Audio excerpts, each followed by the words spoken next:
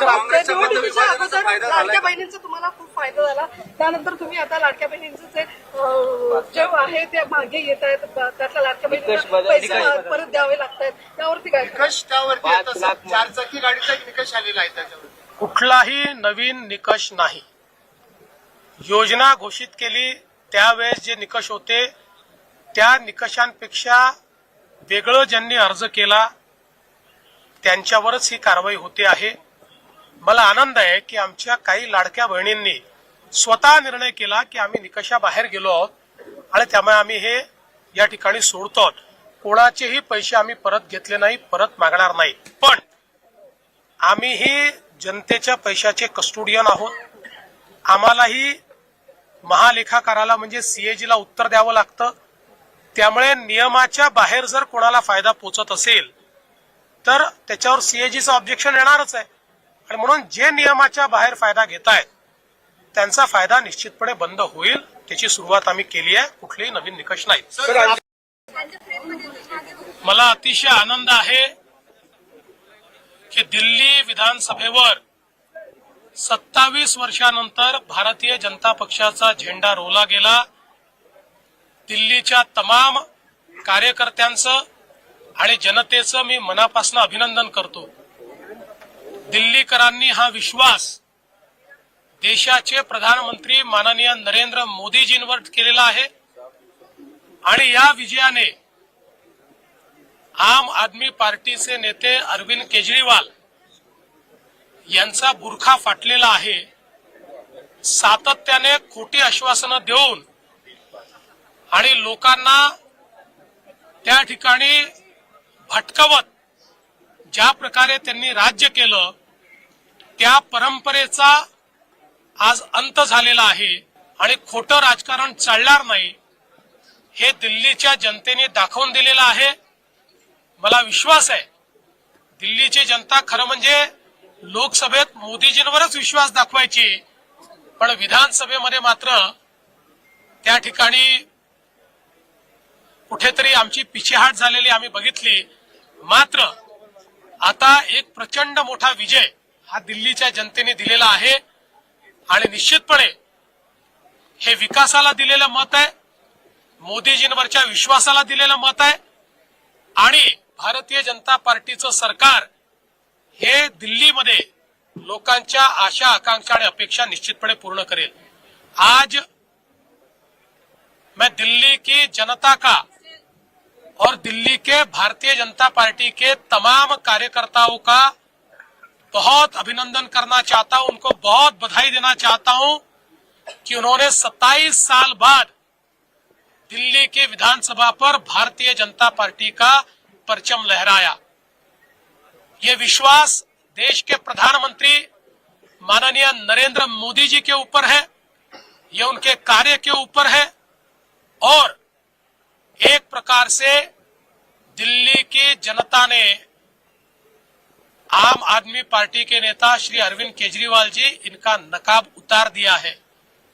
लगातार झूठ और फरेब की जो राजनीति उन्होंने की और जिस प्रकार से अन्ना हजारे जी का हाथ पकड़कर भ्रष्टाचार विरोधी आंदोलन के माध्यम से अपनी राजनीति को शुरू करते हुए वे भ्रष्टाचार के आइकॉन बने, मुझे लगता है उसका जवाब दिल्ली की जनता ने दिया है.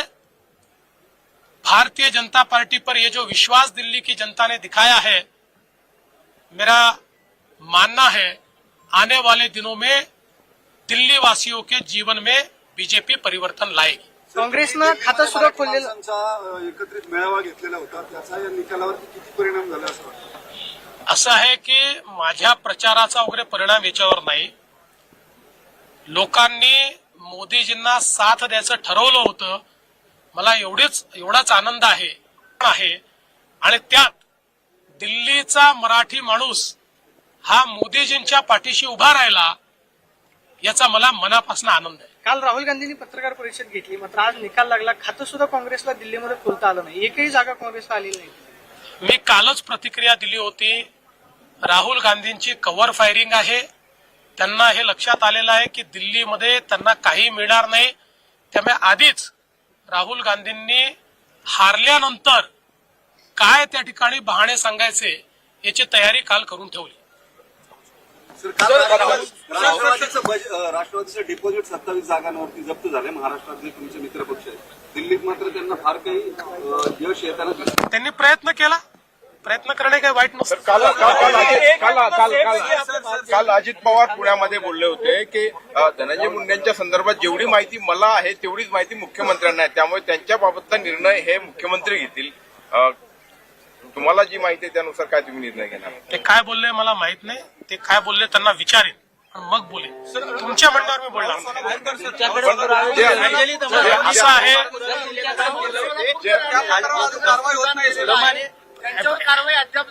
असं आहे की पहिल्यांदा तर एक गोष्ट सगळ्यांनी लक्षात ठेवली पाहिजे की छत्रपती शिवरायांच्या इतिहासावर बोलत असताना जनभावनेचा विचार करूनच आपण बोललं पाहिजे. त्यामुळे लोकांची भावना दुखावेल अशा प्रकारच्या इतिहासाचं वर्णन किंवा इतिहासाचं विकृतीकरण हे कोणाच्याच हाताने होऊ नये. या संदर्भात त्यांनी माफी देखील मागितलेली आहे आणि त्या संदर्भात जी काही योग्य कारवाई आहे ती कारवाई होईल. सर, आपण असं कहत आहे गुन्हा दाखल होणार आहे त्यांच्यावर. देखिए, एक है तो सेफ है, ये दिल्ली में भी चला क्योंकि पूरे देश ने लोकसभा के बाद अनुभव किया कि हम बटेंगे तो राजनीति में भी कटेंगे. इसलिए एक है तो सेफ है का नारा ये पूरे देश ने स्वीकारा और मोदी जी के इस नारे पर पूरा देश एक हुआ.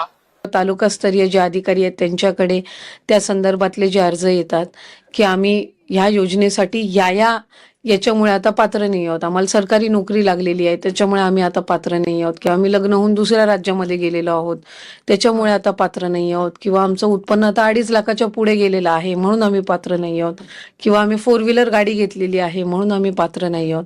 अशा पद्धतीनं रोजच्या घडीला, आणि ही आजची काही नवीन गोष्ट नाहीये, ऑगस्ट महिन्यामध्ये सुद्धा आम्हाला त्या पद्धतीनं येत होते, ऑक्टोबर महिन्यामध्ये सुद्धा आलेले आहेत. व्हॉलेंटरीली ज्या महिला आहेत त्या येत आहेत समोर. आणि जे आम्ही GR आहे त्याच्यामध्ये कुठल्याही पद्धतीचा बदल हा करण्यात आलेला नाहीये.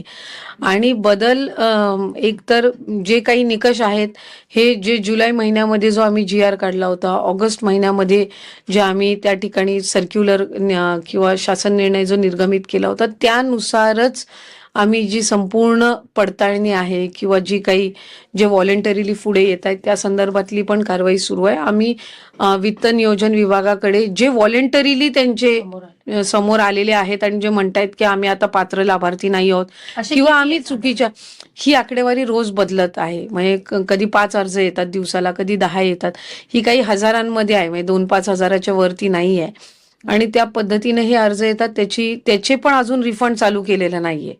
अजून कोणाचाही 1ही रुपया कधी खात्यातून घेतलेला नाहीये विभागाने. हे जे व्हॉलेंटरीली अर्ज आलेले आहेत त्यांची सुद्धा आम्ही कारणं जी आहेत ते स्थानिक प्रशासनाकडून तपासून घेत आहोत. आणि वित्त व नियोजन विभागाकडून आम्हाला त्या संदर्भातला एक हेड तयार करून दिला जाईल रिफंड करण्याचा, जसा इतर योजनांनाही दिला जातो त्या पद्धतीनं तो तयार करून दिला जाईल. आणि त्याच्यामध्ये ते सरकारी तिजोरीमध्ये जाऊन जे व्हॉलेंटरीली येत आहेत तेच, खातं कुठल्याही कोणाच्याही खात्यातून पैसे घेत नाहीये. ही एक बाब मला आपल्या माध्यमातून पुन्हा लाडक्या बहिणीच्या लाभार्थ्यांना मला सांगायची. आम्ही सुरुवातीला त्या संदर्भातली माहिती दिली ज्या वेळेला आम्ही क्रॉस व्हेरिफिकेशन सुरू की इन्कम टॅक्स डिपार्टमेंट असेल, IT असेल, परिवहन विभाग असेल आणि ट्रान्सपोर्टेशन असेल, यांच्यासोबत साधारणपणे, आणि महसूल विभाग असेल किंवा खालचे जे जिल्हास्तरीय प्रशासन आहेत यांच्यासोबत आम्ही तो डेटा जो आहे तो क्रॉस व्हेरीफाय करत आहोत. पण बाय अँड लार्ज आम्ही 2.5 कोटी का 2,65,00,000 किंवा 2,60,00,000 इतके काही सगळ्यांचे स्क्रुटिनी याच्यामध्ये होणार नाहीयेत. त्याच्यामध्ये काय असं नाहीये की 30 लाखाचा का 40 लाखाचा का 30 लाख हा डेटा म्हणजे क्लोजली मॉनिटर करणं आहे. कारण ही योजना आम्ही फार प्रभावी पद्धतीनं आणि महत्वाकांक्षी योजना आहे. आम्हाला त्या संदर्भातले कुठलेच गैरसमज, आणि जर लाखांमध्ये असती तर मग 2,41,00,000 महिलांना कसं काय या महिन्यात पण लाभ गेला असता. गेल्या महिन्यात तर 2